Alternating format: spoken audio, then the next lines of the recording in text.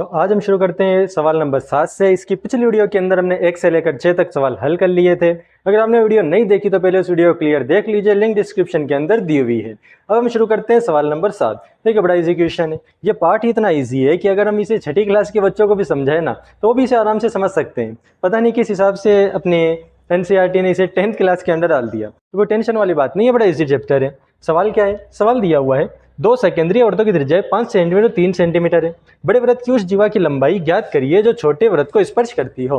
बड़े easy question है। हमारे पास देखिए दो वृत्त है। वृत्त की डेफिनेशन हमने पिछले वीडियो के अंदर बताई थी। दोनों वृत्त में सकेंद्रीय का अर्थ यह होता है कि दोनों एक ही केंद्र यानी एक ही सेंटर पर बने हुए हैं।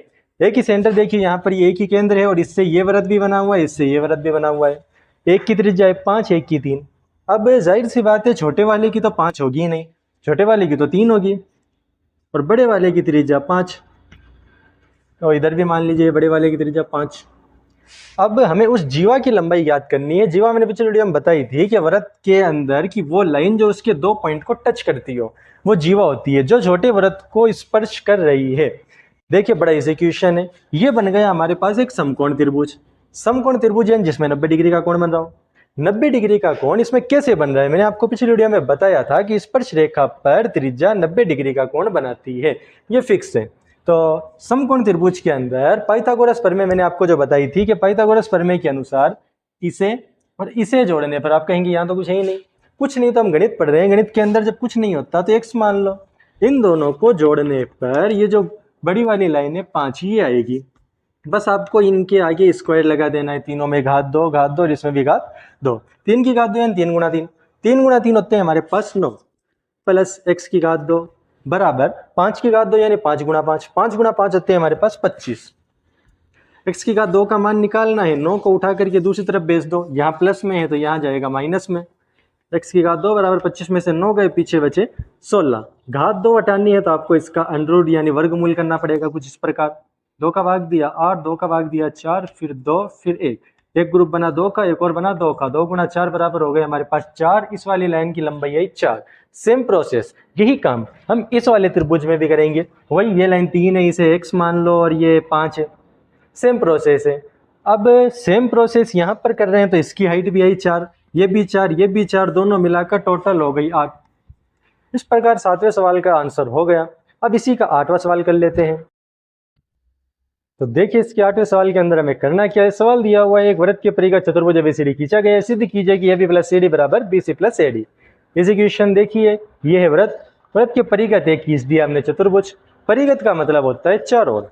ये अपनी किताब वाले देखिए इतनी शुद्ध हिंदी डालने की कोशिश करते हैं जैसे इन्हें लगता है कि सारे हम बहुत बड़े हिंदी के कोई ज्ञानी इंसान है।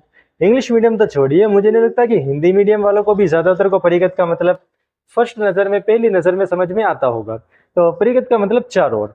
अब देखिए हमें सिद्ध करना है AB plus CD, AB plus CD बराबर BC प्लस AD बराबर BC प्लस AD, यानी कि इन दोनों को जोड़ने पर बराबर आएगा इन दोनों को जोड़ने पर। ये हमें सिद्ध करना है। देखिए हम कैसे करेंगे। एक फॉर्मूला है, ये फॉर्मूला बच्चे से देख लीजिएगा क्योंकि अगले कई सारे क्वेश्चंस के अंदर भी ये फॉर्मूला काम में आएगा। फॉर्मूला ये है कि एक बिंदु से वृत्त पर दो स्पर्श रेखा अगर हम खींचे तो वो दोनों बराबर होती हैं। तो इस हिसाब से ये AP बराबर है AS के, ये मैंने यहाँ पर लिख दिया AP बराबर है AS के। सेम फॉर्मूले से यहाँ से ये दोनों बराबर होंगी, BP बराबर होगी अपने BQ के। सेम फॉर्मूले से ये दोनों बराबर होंगी, CR बराबर होंगी अपने CQ के। सेम फॉर्मूले से ये दोनों बराबर होंगी, DR बराबर DS। अब अगर ये इन चारों के बराबर है तो हम इन सबको जोड़ देंगे। इन चारों को जोड़िए, AP plus BP plus CR plus DR बराबर इन चारों को जोड़िए AS plus BQ plus CQ plus DS। अब देखिए इस बड़े वाले चित्र के अंदर देखिए AP और BP इन दोनों को जोड़ने पर हमें ये लंबी वाली लाइन प्राप्त हो रही है जिसका नाम है AB। देखिए लाइनों का नाम हम ऐसे रखते हैं, स्टार्टिंग वाला पॉइंट एंड वाला पॉइंट दोनों लिख दो, लाइन का नाम हो गया। AB का मतलब है A से लेकर B तक। और इसी प्रकार CR और DR को देखिए, CR और DR को देखिए, इससे हमें ये लंबी वाली लाइन प्राप्त होगी जिसका नाम है CD बराबर यहाँ पर देखिए BQ प्लस CQ। BQ और CQ ये ये रहा बी क्यू और सी क्यू को जोड़ने पर बी सी लाइन प्राप्त हो रही है, बी सी। और ए एस डी एस इन दोनों को जोड़ने पर लाइन प्राप्त हो रही है ए डी। यही तो हमें शुरुआत में सिद्ध करना था, A B plus C D बराबर B C plus A D. यही हमने यहाँ सिद्ध कर दिया, जो यहाँ लिखा था वही लाइन यहाँ पर आ गई, एच पी यानी हमारा आंसर हो गया। जब ऐसा कोई सवाल है जिसके अंदर सवाल में उत्तर दिया हो, हमें खाली सिद्ध करना हो, तो एंड में एच पी लिखते हैं, यानी ये सिद्ध हो चुका है, हैज बीन प्रूवन। लेकिन अगर वैसे आंसर निकालते हैं ना, तब उसके एंड में लिखते हैं आंसर या उत्तर। ये 8वां सवाल हल हो गया। तो अब हम इसका प्रश्न नंबर 9 हल कर लेते हैं। प्रश्न नंबर 9 देखिए, जो स्क्रीन पर आपको नजर आ रहा है, इसमें दिया हुआ है आकृति 10.13 में एक्स वाई और एक्स डैश वाई डैश वो केंद्र वाले किसी वृत्त पर दो समांतर स्पर्श रेखाएं हैं, और स्पर्श बिंदु सी पर स्पर्श रेखा ए बी एक्स वाई को ए तथा एक्स डैश वाई डैश को बी पर प्रतिच्छेद करती है। सिद्ध कीजिए कि ए ओ बी बराबर 90 डिग्री। देखिए, इस क्वेश्चन का हल ज्यादा मुश्किल नहीं है। हमें देखिए करना क्या है, ए ओ बी को 90 डिग्री सिद्ध करना है, यानी ये वाला जो कोण है इसे हमें 90 डिग्री प्रूफ करना है। ए ओ बी, ये ए ओ बी यानी इसके बीच वाले कोण को 90 डिग्री हमें प्रूफ करना है। पहला काम हम ये करेंगे, देखो मैं इसके बीच से एक लाइन खींच देता हूँ, और ये लाइन चूंकि इस पर वो त्रिज्या है, वृत्त के केंद्र से स्पर्श रेखा पर जो त्रिज्या होती है वो आप जानते हैं 90 डिग्री का कोण बनाती हैं। ये चीज यहाँ तक क्लियर है। अब हम सबसे पहले ये ऊपर वाले हिस्से को लेंगे। ऊपर वाले हिस्से में देखिए आपको दो त्रिभुज नजर आ रहे होंगे, एक ये एक त्रिभुज और ये दो त्रिभुज ऊपर वाले हिस्से में दो नजर आ रहे हैं। हम इन दोनों को सर्वाक्षम साबित कर देंगे। ऊपर वाले त्रिभुज का नाम क्या है, ओ पी ए या ए पी ओ, कुछ भी आप नाम दे दीजिए, बस तीनों पॉइंट आने चाहिए। त्रिभुज ए पी ओ व त्रिभुज नीचे वाले को ए सी ओ नाम दे दीजिए, ए सी ओ में हम इसके अंदर दोनों त्रिभुजों को सर्वाक्षम साबित करेंगे। देखिए, सर्वाक्षम के लिए आपको तीन चीजें बराबर करनी है। हो सकता है कुछ लोगों ने सर्वाक्षम का नाम ही पहली बार सुना हो, तो वो स्टूडेंट्स हमारी पिछली वीडियो देखिए, उसमें मैंने सर्वाक्षम के बारे में बताया है। बाकी जो त्रिभुज वाला पार्ट आएगा उसमें हम सर्वाक्षम के बारे में पूरी डिटेल में बता देंगे। फिलहाल देखिए, सर्वाक्षम के लिए आपको तीन चीजों को बराबर प्रूफ करना है। वो तीन चीजें हम यहाँ तीन लाइनें प्रूफ कर लेते हैं। इस त्रिभुज में और इस त्रिभुज में देखो, ये लाइन और ये लाइन बराबर है। आप कहेंगे ना कहीं नंबर दिया हुआ है, ना हमें कहीं सवाल में बताया हुआ, हमें कैसे पता चल गया? हमें ऐसे पता चल गया, एक बिंदु से वृत्त पर दो स्पर्श रेखाएं खींची हुई अगर हो तो वो दोनों बराबर होती है। तो ए पी बराबर ए सी, क्योंकि ये दोनों है अपने स्पर्श रेखा। आगे ब्रैकेट में हमने वजह भी लिख दी।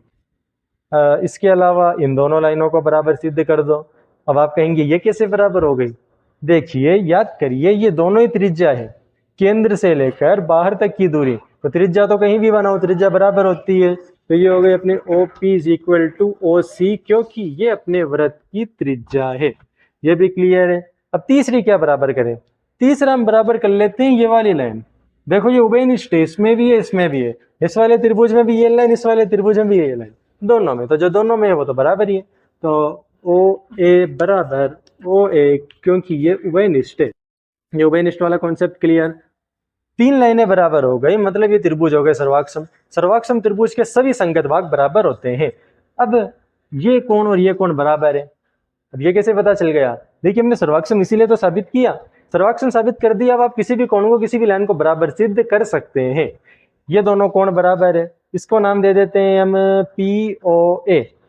इसको नाम दे दिया हमने कोण पी ओ ए, बराबर है कोण ए ओ सी के, ए ओ सी। ये तो हो गया समीकरण नंबर 1 ऊपर वाले में। सेम काम नीचे वाले में करो, वही तीनों लाइनों को बराबर कर दो, वही सब काम करो। सब काम करने के बाद ये दोनों कोण बराबर हो गए। इस वाले कोण का नाम है सी ओ बी कोण बराबर, इस नीचे वाले का नाम दे दो क्यू ओ बी, या कुछ भी नाम दे दो, कोण क्यू ओ बी। समीकरण नंबर 2। यहाँ तक क्लियर है। हमने इन दोनों को और इन दोनों को बराबर सिद्ध कर दिया।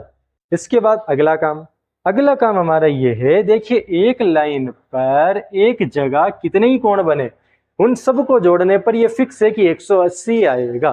तो इन चारों कोणों को जोड़ने पर 180 आएगा। कोण पी ओ ए प्लस कोण ए ओ सी प्लस कोण सी ओ बी प्लस कोण क्यू ओ बी बराबर 180 डिग्री। ये रूल है, एक लाइन पर बने कितने ही कोण हो एक जगह पर, उन सबको जोड़ने पर 180 डिग्री ही आएगा। यहाँ तक क्लियर है। अब हम जानते हैं कि ये जो POA है ये AOC के बराबर है, ऐसा हमने अभी सिद्ध कर दिया। POA ये AOC के बराबर है, तो मैं यहाँ POA की जगह AOC लिख दूंगा। दोनों बराबर है तो दोनों की जगह कुछ भी लिख सकते हो। मान लो ये 5 है तो ये भी 5 है, ये 10 है तो ये भी 10 है, तो आप इसकी जगह वो या उसकी जगह ये लिख सकते हैं।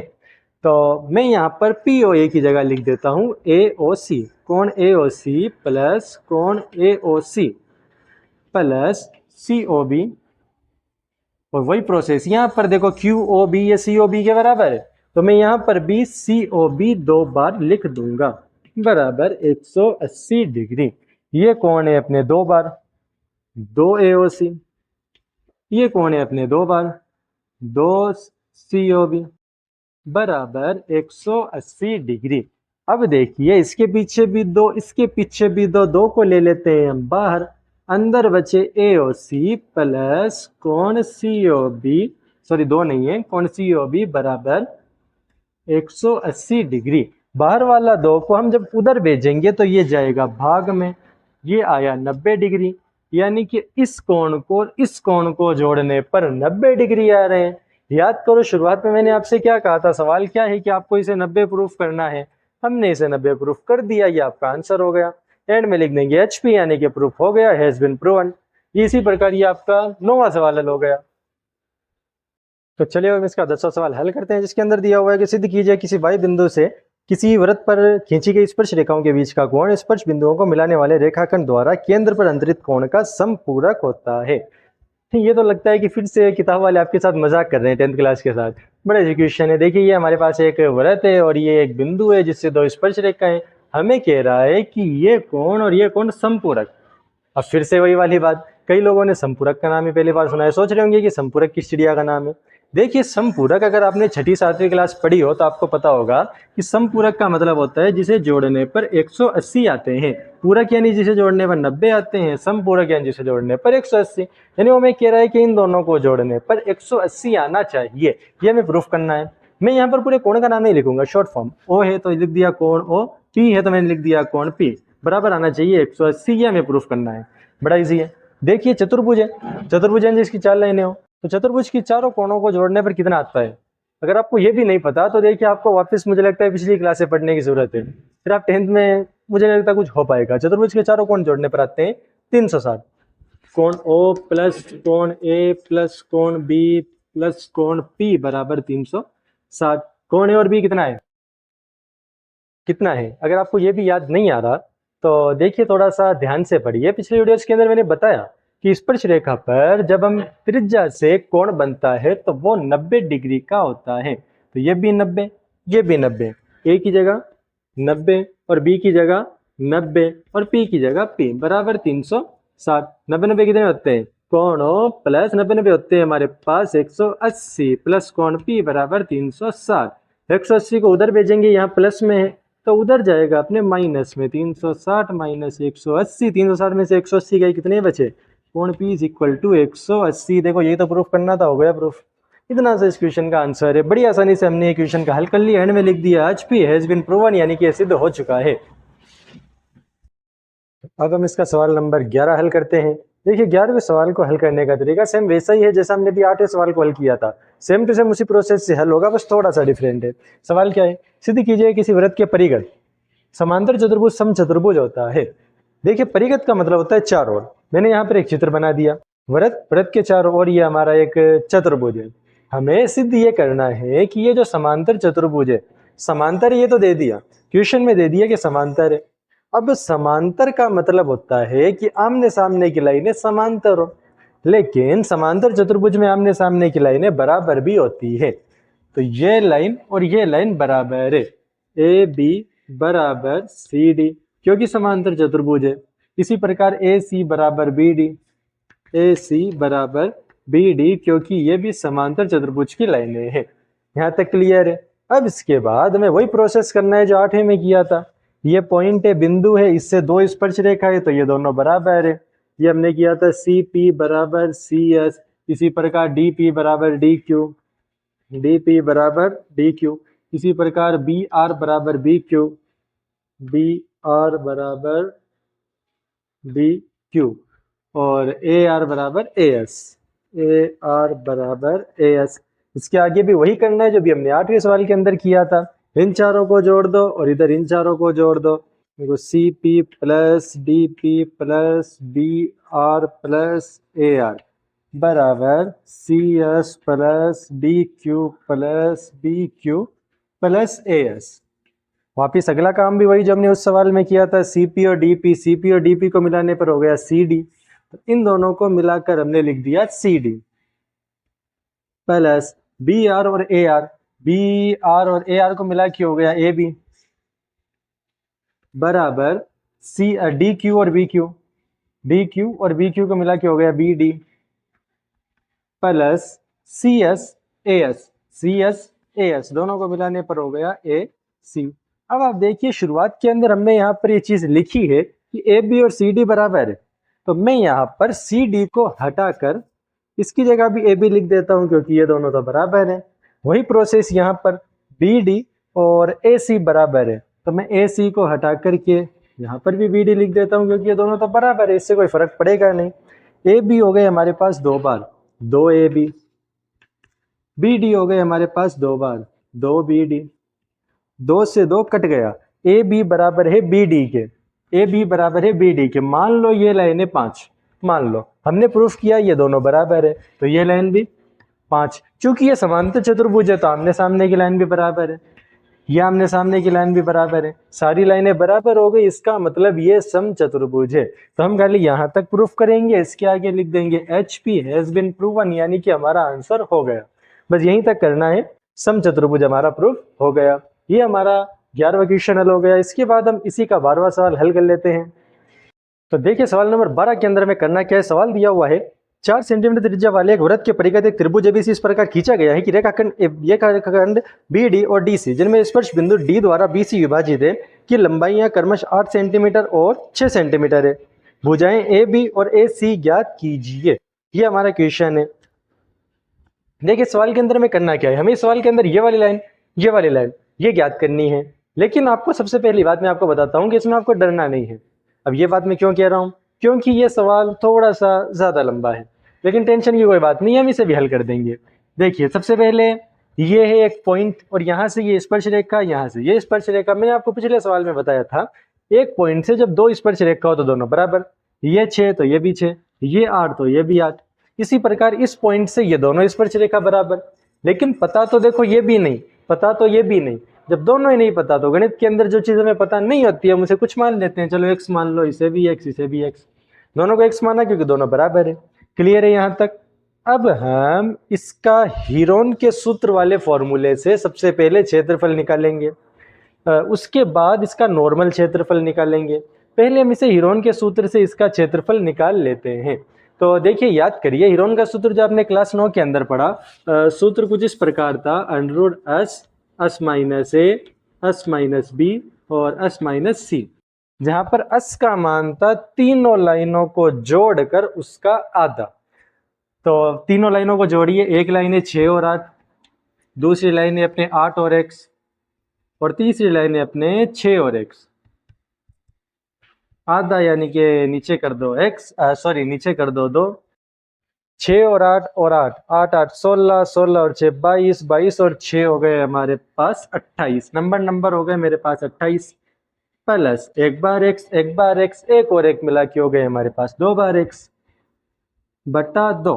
नीचे 2 है, इसका मतलब ये इसके नीचे भी है और ये इसके नीचे भी है। तो 2 को पहले इससे काटेंगे 14, 2 को इससे काटेंगे 1 x के पीछे 1 नहीं लगाते, 14 प्लस x, 14 प्लस x। ये तो आया s का मान, और a का मान ये रहा, b का मान ये रहा, c का मान ये रहा। हम ये सारे मान इस फॉर्मूले के अंदर रखेंगे, हमारा उत्तर आ जाएगा। चलिए इस फॉर्मूले में सारे मान रखते हैं। सबसे पहले s यानी 14 प्लस x, 14 प्लस x, फिर ब्रैकेट बंद, फिर s 14 plus x minus a है अपने 6 और 8, माइनस 6 माइनस 8। आप कहेंगे यहाँ प्लस था माइनस कैसे हो गया, तो देखिए यहाँ निशान माइनस का है, प्लस माइनस अपने माइनस हो जाता है। ब्रैकेट बंद, फिर bracket s 14 plus x minus b का मान, b कहाँ गया, a था 6 और 8, b है अपने 8 और x, 8 माइनस x, और वापस ये तो चलिए लंबा हो गया, हम इसे थोड़ा नीचे कर लेते हैं। फिर s का मान 14 प्लस x, फिर माइनस c का मान 6 प्लस x, यहाँ प्लस माइनस माइनस हो जाएगा। अब हम इन्हें हल करेंगे, इसको तो अभी हम हल करेंगे नहीं, इसे ऐसा कैसा लिख दो 14 प्लस एक्स। यहाँ हम हल करना शुरू करते हैं। 14 में से 6 गए, 14 में से 6 गए तो पीछे बचे अपने 8, 8 में से फिर 8 गए, तो 8 में से 8 गए तो बचे 0, 0 हम प्लस माइनस में नहीं लिखते, तो यहाँ बचा खाली x। यहाँ पर plus x minus x cut गया, 14 में से 8 गए, पीछे बचे 6, यहाँ पर plus x minus x cut गया, 14 में से 6 गए, पीछे बचे 8। अब हम ब्रैकेट का मतलब देखो, मैं भी आपको बता देता हूँ, ब्रैकेट का मतलब होता है गुणा। जहाँ ब्रैकेट बना हुआ है और कुछ नहीं, इसका मतलब यहाँ पर इनके बीच में गुणा है। चलो गुणा कर देते हैं, ये हुए अपने 14 प्लस एक्स, इनको गुणा कर देते हैं। इंग्लिश वर्ड और गणित वर्ड को गुणा करने का यही रूल है कि गणित वाली संख्याओं को गुणा कर लो, 8 संग 48, और जो इंग्लिश वर्ड है उसे उनके पास ऐसा का ऐसा लिख दो। गुणा के अंदर यही फॉर्मूला काम आएगा। अब ये तो हो गया इसका हीरोन के सूत्र से इसका formula, area centimetre square, centimetre दिया हुआ है तो सेंटीमीटर स्क्वायर, ये हो गया हीरोन के सूत्र से। इसे नाम दे दो समीकरण नंबर 1, ये इस पूरे का क्षेत्रफल है। लेकिन अभी x का मान नहीं निकला, अब हम x का मान निकालते हैं। तो ये तो हमने हीरोन के सूत्र से इसका फॉर्मूला निकाल लिया, इसका एरिया यानी क्षेत्रफल निकाल लिया। अब हम इसके बाद नॉर्मल फॉर्मूले से इसका क्षेत्रफल निकाल लेंगे। नॉर्मल फॉर्मूले के लिए देखिए, ये त्रिज्या हमें सवाल में दी हुई थी 4, तो ये त्रिज्या यहाँ पर भी 4 और ये त्रिज्या यहाँ पर भी 4। हम इसे आगे बढ़ाकर यहाँ से मिला लेंगे और इसे आगे बढ़ा के यहाँ से मिला लेंगे और इसे यहाँ से मिला लेंगे। अब इसके अंदर गौर से देखिए, हम 3 त्रिभुज इसे 3 हिस्सों में बांट के फिर इसका क्षेत्रफल निकालेंगे। एक तो देखो ये वाला त्रिभुज, यानी ये लाइन और ये लाइन, ये इधर वाला जिसे मैंने यहाँ से ऐसे इंडिकेट किया है, ये वाला त्रिभुज। एक ये इधर वाला त्रिभुज, देखो ये वाला, और एक ये जो नीचे बच गया ये वाला त्रिभुज। हम इसे 3 हिस्सों में बांटेंगे और तीनों का क्षेत्रफल निकाल लेंगे और जोड़ देंगे। देखिए नॉर्मल त्रिभुज के क्षेत्रफल का फॉर्मूला होता है 1/2 गुणा आधार इंटू ऊंचाई। 1/2 का 1/2, आधार 6 और 8 कितने होते हैं, 6 और 8 होते हैं हमारे पास 14, 6 और 8 14, इंटू ऊंचाई हमारे पास 4। ये तो हो गया एक का। अब इस दूसरे वाले का निकालते हैं, 1/2, आधार है अपने 6 और x, 6 प्लस x, और ऊंचाई है अपने इसके भी 4। अब ये यहाँ तक हो गया, सेम प्रोसेस इसका करते हैं, प्लस 1/2 गुणा 8 प्लस x गुणा 4। देखो प्लस का काम आपको करना है एंड में। प्लस ने देखो इसे 3 हिस्सों में बांट दिया, 1 2 3, तीनों को अलग अलग हल करो और जोड़ दो, फिर इससे आपका क्षेत्रफल निकलेगा। 2 को काट दिया हमने इससे, 4 से ये आया 2, 2 को काट दिया 4 से ये आया 2, 2 को काट दिया 4 से ये आया 2। अब हमारे पास क्या क्या बचा, 14 गुणा 2 प्लस 6 प्लस x गुणा 2 प्लस 8 प्लस x गुणा 2। ये अब हमारे पास निकल करके आया। ये प्लस और ये प्लस आपको अभी भी नहीं करने, अभी देखो ये गुणा है, पहले ये गुणा हल कर लो।